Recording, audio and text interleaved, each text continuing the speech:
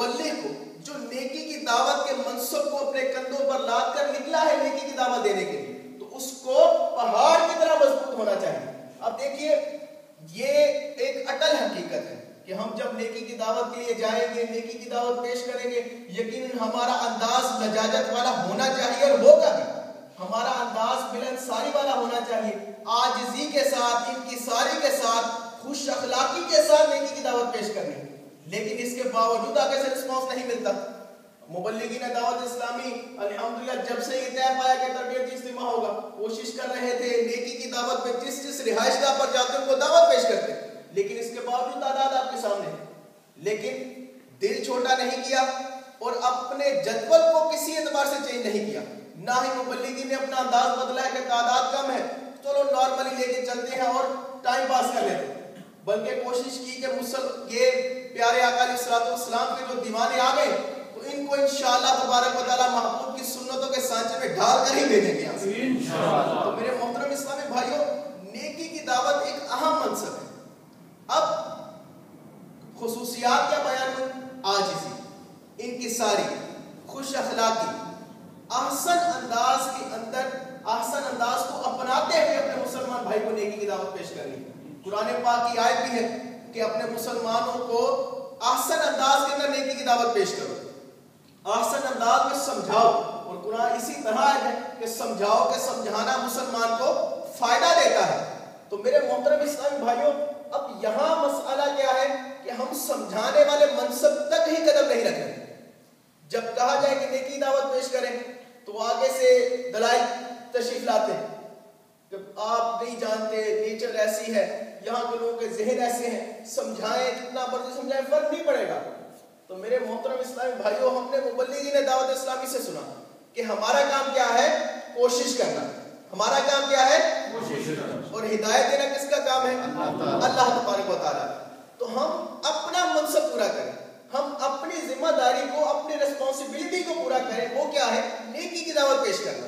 اب ہم یہ سوچیں کہ ہم میں سے اتنے جو مٹھی پر مسلمان ہی یہاں بیٹھے، وہ اب آج کی نیت سے پہلے کیا اس طرح کا کوئی سلسلہ کار بنا رہے تھے کہ روزانہ نیکی کی دعوت کا سلسلہ کر رہے تھے؟ تو نہیں ہوگا، ایسا ہے ہی نہیں۔ تو میرے محترم اسلامی بھائیوں، ہم اپنی ذمہ داری کو تو پورا کرنے کی کوشش کریں، ہم نیکی کی دعوت کے لیے کمر بستہ تو ہو جائیں۔ آگے جو رزلٹ آنا ہے، جو نتائج حاصل ہونے ہیں، وہ تو اللہ کی رحمت سے جو ملیں گے، لیکن ہم اپنی ذمہ داری کو پوری کریں۔ ہم خود نمازیں پڑھ کر رب سے اس کی رحمت کی امید باندھیں، ہم خود نیکی کی دعوت پیش کریں۔ نیکی کی دعوت جب پیش کریں گے تو اس کی سب سے بڑی برکت یہ ظاہر ہوگی کہ ہمارے اپنے نفس کی اصلاح ہو جائے۔ جب ہم کسی کو نماز کی دعوت پیش کریں گے تو ہمارا ضمیر ہمیں جھنجھوڑ کر کہے گا کہ کیا تو پانچوں نمازیں پڑھتا ہے؟ اب کسی کو ہم سنتوں کی دعوت پیش کریں گے تو ہمارا ضمیر ہمیں جھنجھوڑے گا، ہم سے سوال کرے گا کہ کیا تو سنتوں کے سانچے میں ڈھل کر زندگی گزار رہا ہے؟ تو اس سے فرق کیا پڑے گا؟ اس کا رزلٹ کیا آئے گا کہ انشاءاللہ عز و جل نیکی کی دعوت دینے کی برکت سے ہم اپنی اصلاح کرنے میں کامیاب ہو جائیں گے۔ تو میرے محترم اسلامی بھائیوں، پہلے تو ہاتھوں ہاتھ یہ نیت کر لیجیے کہ انشاءاللہ تبارک و تعالیٰ جو مبلغ دعوت اسلامی نے ہمیں نیت کروائی ہے، اللہ کی رحمت سے شیطان کا ڈٹ کر مقابلہ کرتے ہوئے باقاعدگی کے ساتھ کم از کم ایک رہائش گاہ پر ضرور نیکی کی دعوت پیش کریں گے۔ میرے محترم اسلامی بھائیوں، ہمارے اسلاف اس حوالے سے ہماری بہت ہی پیاری رہنمائی بھی فرماتے ہیں، ایسے واقعات بھی ہیں کہ جب دیکھیے عموماً ہماری کیفیت کیسے بدلتی ہے کہ ہمیں جب نیکی کی دعوت بار بار دینے سے کوئی رسپانس نہیں ملتا تو ہم دل چھوٹا کر لیتے ہیں۔ اگرچہ میرے محترم اسلامی بھائیوں، اگر ہم نبی پاک علیہ الصلوۃ والسلام کے انداز کو دیکھیں کہ آپ کو کفار نے کیا انداز اختیار کیا، ابو جہل کا انداز ابھی آپ نے سنا کہ سخت بارش میں نبی پاک علیہ الصلوۃ والسلام اس کے دروازے پر تشریف لے کر گئے، اس نے دروازہ بند کر لیا، لیکن نبی پاک علیہ الصلوۃ والسلام نے نیکی کی دعوت ضرور پیش کی، اسلام کی دعوت ضرور پیش کی۔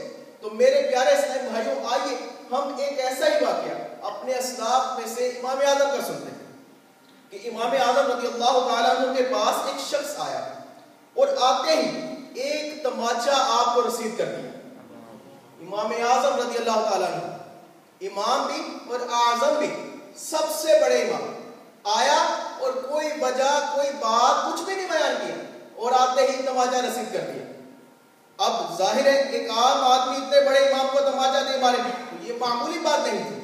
لیکن قربان جائیے امام اعظم ابو حنیفہ پر کہ فرمانے لگے بھائی اگر میں چاہوں تو میں تجھ سے بدلہ لے لوں، لیکن میں تیری شکایت خلیفہ کے روبرو کروں اس پر بھی میں قدرت رکھتا ہوں، لیکن میں نہیں کروں گا. مجھے اس پر بھی قدرت ہے کہ میں رب کی بارگاہ میں فریاد کروں، لیکن میں نہیں کروں گا. میرے لیے یہ بھی مشکل نہیں کہ قیامت کے دن تیرے مقابلے کے لیے کمر بستہ ہو جاؤں اور میں تجھ سے اپنا انصاف چاہوں، مگر یہ بھی نہیں بلکہ کل جب میری بخشش ہوئی، میری سفارش قبول ہوئی تو بغیر تیرے جنت میں قدم نہیں رکھوں گا. مان جائیے سبحان اللہ. امام اعظم تھے نا، اسی وقت اشارہ کرتے تو شاید سینکڑوں مرید اس کا کلائی کما کر دیتے، اس کا کام ہی تمام کر دیتے. پھر امام اعظم ہے، مستجاب الدعوات ہے، رب کی بارگاہ میں فریاد کر دیتے تو کوئی واحد نہیں، اسی وقت اس شخص پر عذاب آ جاتا، اسی وقت دنیا میں اس کا عبرتناک انجام ہو جاتا. امام اعظم تھے، وقت خلیفہ کو شکایت کر دیتے تو اس کو خلیفہ کی دربار میں رسوا کر دیا جاتا. لیکن آپ نے فرمایا میں یہ سب کر سکتا ہوں، لیکن میں کیا کروں گا کہ رب نے مجھے بخش دیا، میری سفارش قبول ہو گئی تو جب تک تجھے ساتھ نہ لے جاؤں جنت میں نہیں جاؤں گا. تو میرے پیارے محترم اسلام بھائیوں، یہ ہمارے اسلاف کا انداز تھا. آئیے نبی پاک علیہ السلام کی زندگی، آپ کی سیرت مبارکہ سے واقعہ سنیے. یقین مانیے یہ واقعہ توجہ سے سنیں گے تو جھوم اٹھیں گے کہ ہمارے آقا کیسے کریم تھے، کیسے مہربان تھے. ایک کافر کی آپ نے دعوت فرمائی، آپ علیہ السلام کے پاس ایک کافر آیا اور آپ بس ٹھہرا، کھانا وغیرہ کھایا اس نے. جب رات سویا تو اس نے سونے میں بستر پر ہی حاجت کر دی. اب اٹھا تو بڑا پریشان کہ یہ میں نے کیا کر دیا، اور اٹھ کر جب اس نے یہ دیکھا کہ اب یہ گندگی والا کام مجھ سے ہو گیا تو بھاگ گیا.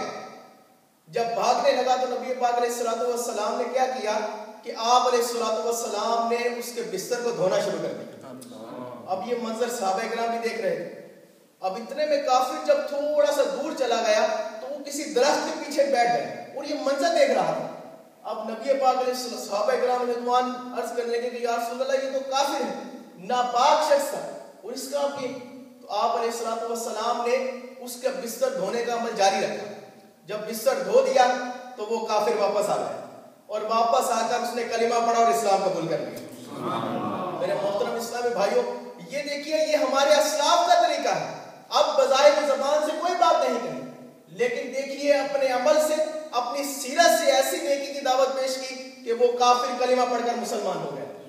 اب کفار مکہ نے جب نبی پاک علیہ السلام پر ظلم ڈھائے، پتھر برسائے، یہاں تک کہ آپ کی نالین مبارک خون سے آلود ہو گئی، تو جبریل امین جب پہاڑوں پر مقرر فرشتہ آیا اور عرض کی کہ اے اللہ کے نبی اگر آپ حکم کریں تو میں ان بستیوں کو اس پہاڑوں کے درمیان دبا دوں اور ان کو ادھر ہی الٹ کر تباہ و برباد کر دوں، آپ حکم کیجیے. تو نبی پاک علیہ السلام نے ان کے لیے یہ دعا نہیں کی، ان کے خلاف یہ دعا نہیں کی، بلکہ فرمایا یہ لوگ مجھے جانتے نہیں. آپ کے فرمانے علی شان کا مفہوم ہے کہ یہ مجھے جانتے نہیں ہیں، یقیناً ان کی نسلوں میں سے لوگ مجھ پر ایمان لائیں. تو میرے محترم اسلام بھائیوں، یہ کیا سکھایا جا رہا ہے؟ یہ ہر نیکی کی دعوت دینے والے مبلغ کو ایک انداز سکھایا جا رہا ہے، ایک وے دیا جا رہا ہے، ایک گائیڈنس دی جا رہی ہے، رہنمائی دی جا رہی ہے کہ کبھی بھی کسی قسم کا رسپانس ملے، کوئی نیگیٹو رسپانس ملے، کوئی آپ کو آگے سے جھڑک دے، باتیں سنا دے تو دل چھوٹا نہ کرنا. کہ نبی پاک علیہ السلام نے فرمایا کہ دین کی راہ میں جتنی تکلیفیں مجھے دی گئی کسی نبی کو نہیں دی گئی. اور ایک امام غزالی علیہ رحمہ فرماتے ہیں کہ جب کوئی مسلمان کوئی شخص یہ چاہتا ہے کہ میں دین کی خدمت کروں اور مجھے تکلیف نہ آئے تو آپ نے فرمایا ایسا شخص احمق ہے. پھر آپ نے فرمایا کہ اگر اللہ تبارک و تعالیٰ کو یہ منظور ہوتا کہ اگر بغیر تکلیف کے دین کی خدمت ہوتی تو اللہ اپنے محبوب کو تکلیف نہ دیتا، اللہ تعالیٰ اپنے محبوب کو کوئی تکلیف نہ آنے دیتا. تو یہ نبی پاک علیہ السلام پر پتھر برسائے جانا، سجدے کی حالت میں اوجڑی رکھ دینا، راستے میں کانٹے بچھائے جانا، یہ میرے محترم اسلام بھائیوں یہ سب کیا تھا؟ یہ ہماری تربیت تھی، یہ ہم سب کا کوئی ایک انداز دیا جا رہا تھا کہ دیکھیے دین کی خدمت کیسے ہوتی ہے. ارے امام مسلم رضی اللہ تعالیٰ کو شہید کر دیا گیا نیکی کی دعوت کے لیے کہ آپ نیکی کی دعوت پیش کرتے تھے، لوگوں کو مسائل سکھاتے تھے. تو میرے پیارے محترم اسلامی بھائیوں، آپ غور فرمائیے کہ یہ ہمیں جو اسلاف نے ایک طریقہ ہمیں دیا ہے، ہم اس پر کتنا عمل کرتے ہیں، ہم کس قدر دل کے چھوٹے ہیں، ہم کس قدر ظرف کے چھوٹے ہیں کہ اگر ہماری ایک دو بار کی نیکی کی دعوت قبول نہیں کی جاتی، ہمیں کوئی پازیٹیو رسپانس نہیں ملتا، تو ہم فوراً دل چھوٹا کر دیتے ہیں اور ہم فوراً یوں اپنی زبان پر یہ باتیں لے آتے ہیں، یار ان کے دل بہت سخت ہے، یہ لوگ تو ماننے کی طرف آتے ہی نہیں ہیں، تو یار کسی اور رہائش کا بردست سے تھے، اب مبلغ کسی کے ساتھ جا رہا ہے تو بولا یار اس رہائش کا پر چلتے ہیں، اور یہ پچھلے ہفتے تو دی تھی یہاں پہ، یہ لوگ نہیں آئیں گے، کہیں اور چلتے ہیں۔ تو میرے محترم اسلام بھائیوں، کبھی ہم بھی تو نہیں آتے تھے، ہمیں بھی تو نیکی کی دعوت پیش کی جاتی تھی، ہم بھی نہیں آتے تھے، ہم بھی جناب دور سے دیکھتے کہتے ہیں مولوی صاحب آ گئے، نکلو بھائی نکلو، یہ تو نمازی بنا دیں، یہ تو ناپ داڑھی کا کہیں گے، اللہ کے تو وہی بات مبلغ کی دعوت اسلامی والی، ابھی تو یار شادی بھی نہیں ہوئی، بھاگو یار مبلغ آ رہا ہے، یہ تو دعوت اسلامی والا، یہ تو بھائی یہی کہے گا جہنم میں یوں سزائے ہیں، یوں آپ کو جہنم میں جلا دیا جائے گا، یوں کر دیا جائے گا، یہ تو بھائی ڈراتے ہی رہتے ہیں، نکلو جلدی سے۔ لیکن میرے محترم اسلام بھائیوں، ہمارے اس رسپانس پر اگر وہ مبلغ ہمیں چھوڑ جاتا، اگر وہ نیکی کی دعوت دینا ترک کر دیتا، اس کا انداز یہ ہو جاتا کہ جناب بس اب نہیں دینی، اور یہ تو مجھے دے کے بھاگ جاتے ہیں، تو میں کو نیکی کی دعوت کیوں دوں، میری تو اتنی قدر ہے، تو ہزاروں سننے والے، اور یہ دیکھو یار اتنی بار ان کا ذہن بنایا لیکن یہ پھر نہیں آتے، تو کیا آج ہم مدنی ماحول سے وابستہ ہوتے ہیں؟ دیکھیے رب کی مشیت کی بات یہاں نہیں ہو رہی، وہ اللہ تبارک تعالیٰ چاہا تو ہم ماحول میں ایک لاجیکلی بات کی جائے، اگر وہ ہمیں چھوڑ دیتا تو کیا ہم ماحول میں آ جاتے؟ تو انہوں نے تو اس مبلغ نے ہمیں نہیں چھوڑا، بلکہ ہمیں انکساری کے ساتھ، عاجزی کے ساتھ، رب کی بارگاہ میں پر امید ہو کر وہ دعوت دیتے رہا۔ اس کی دعوت کی برکت کیا ظاہر ہوئی کہ آج وہی راستہ پلٹنے والا عالم دین بن گئے، آج وہی راستہ پلٹنے والا حافظ قرآن بن گئے، آج وہی راستہ پلٹنے والا دوسروں کو نیکی کی دعوت دینے والا بن گئے۔ تو میرے محترم اسلام بھائیوں، ان واقعات کو پڑھیے، دیکھیے ایک چیز بالکل اٹل ہے اور حقیقت ہے، اور اس سے ہمیں بھی تسلیم کرنا ہے کہ میرے محترم اسلام بھائیوں، ہمیں کچھ نہ کچھ تو پڑھنا ہی پڑے گا۔ اگر ہم کسی کو نیکی کی دعوت پیش کرنے جا رہے ہیں، ہم اس بات کو محسوس کر رہے ہیں کہ یار میں انداز کیسے بناؤں گا، مجھے تو کچھ آتا ہی نہیں، میں تو کچھ پڑھا لکھا ہی نہیں، میرے پاس تو کوئی علم ہی نہیں، تو میرے محترم اسلام بھائیوں علم کب سیکھیں؟ جب اسرائیل تشریف لے آئیں گے۔ اب ہمیں یہ بھی علم ہے کہ اسرائیل کے آنے کی، اسرائیل نبی علیہ السلام کے آنے کی کوئی گارنٹی نہیں ہے، کوئی ٹائم پیریڈ نہیں ہے ان کے لیے کہ جناب وہ ٹائم سلیکٹڈ ہے کہ یہ آئے گا اور وہ آپ کو بتا دیں گے کہ میں آ رہا ہوں۔ تو میرے محترم اسلام بھائیوں، وقت کیسے گزرتا جا رہا ہے، لیکن ہم خود ہی اپنے نفس کو مناتے جا رہے ہیں۔